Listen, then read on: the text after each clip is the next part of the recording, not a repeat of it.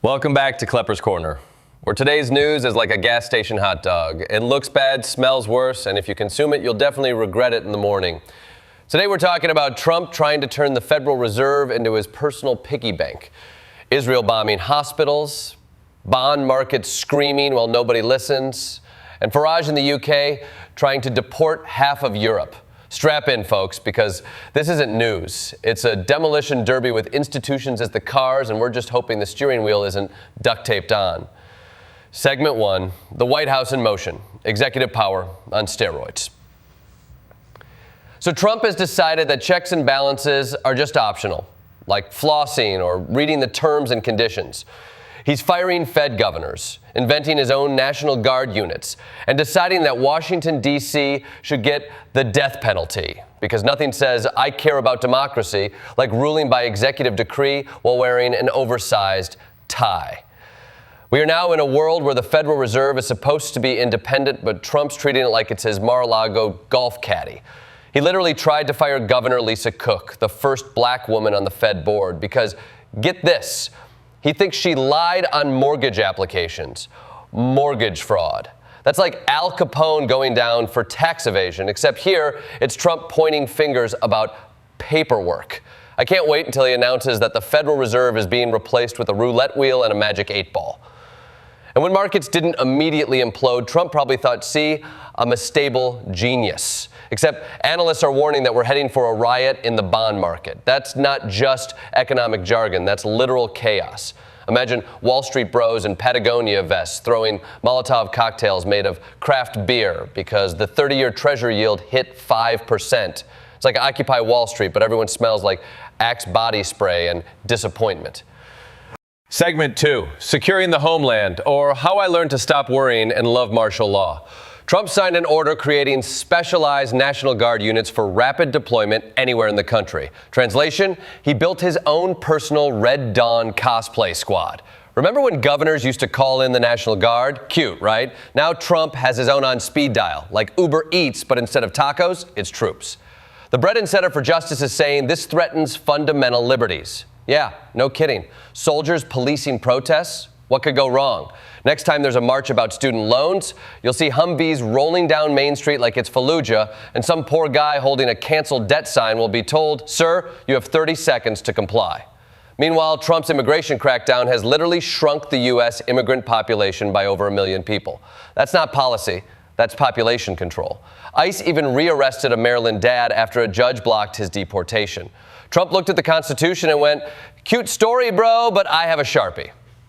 Segment 3, the justice system, now with extra vengeance.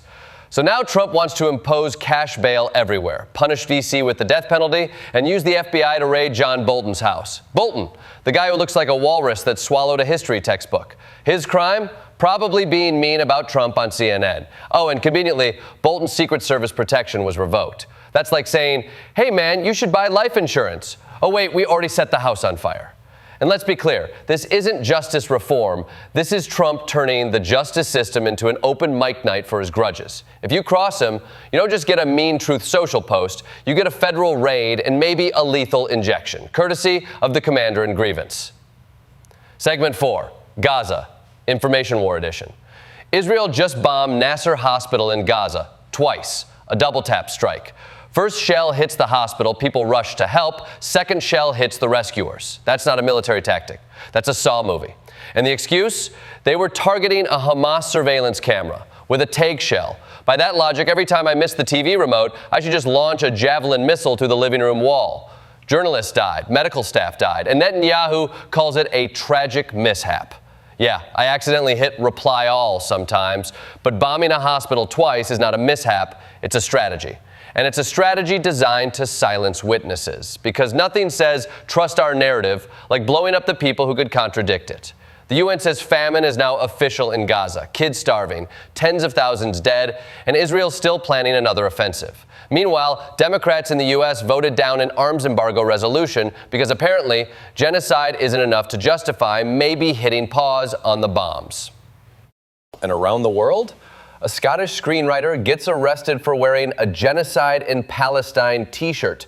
Reuters photojournalists resigning because their editors keep parodying the IDF line. The battlefield isn't just in Gaza, it's in your news feed. Segment 5, the economy. Bond markets are screaming, tech bros are whistling. Long-term bond yields are skyrocketing. Japan's at 3.2%, the UK at highs since 1998, the US at nearly 5%. That's not just numbers. That's a flashing neon sign saying danger, crash ahead. But the stock market? Too busy drooling over Nvidia's earnings report to notice the iceberg. It's Titanic economics. The violinists are AI chip investors, and the ship's captain is Trump firing the guy who compiled the jobs report because the numbers made him sad. The government is borrowing $160 billion a month. That's not a budget. That's a teenager maxing out their parents' credit card on Fortnite skins. And now Trump's flirting with creating a U.S. sovereign wealth fund, even buying 10% of Intel. That's not capitalism, that's socialism, but only if daddy likes you. Meanwhile, Bitcoin dropped to $108,000 after peaking at $124,000. Imagine losing your life savings because you thought a meme coin named after a dog would pay your mortgage. That's not finance, it's a casino where the dealer's Elon Musk and the chips are Dogecoin stickers. Segment 6, a world in flux, diplomats behaving badly. Diplomacy is basically Tinder for countries now, full of ghosting, gaslighting, and occasional hate crimes. Australia expelled Iran's ambassador because Tehran allegedly orchestrated anti-Semitic attacks in Sydney. The U.S. and China are awkwardly trying to flirt again with trade talks. Lula in Brazil is mad at Trump over visa drama, and U.S. envoy Tom Barrack told Arab journalists to act civilized. That's not diplomacy, that's just being racist at a press conference. In the UK, Farage wants out of the European Convention on Human Rights to deport asylum seekers faster. His plan? Deport people to Afghanistan and Eritrea. That's not immigration policy. That's just throwing people into a war zone and calling it a day. And when asked if deportees might die, Farage said, "We can't be responsible for all the sins in the world," which is British for oopsie, not my problem. Segment 7, local, cultural, and climate battles.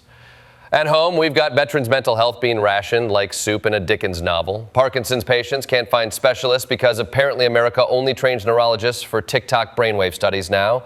Indiana Republicans are pushing mid-decade redistricting to stay in power, which is basically political duct taping. In Florida, the DOT painted over a rainbow crosswalk honoring the victims of the Pulse nightclub shooting.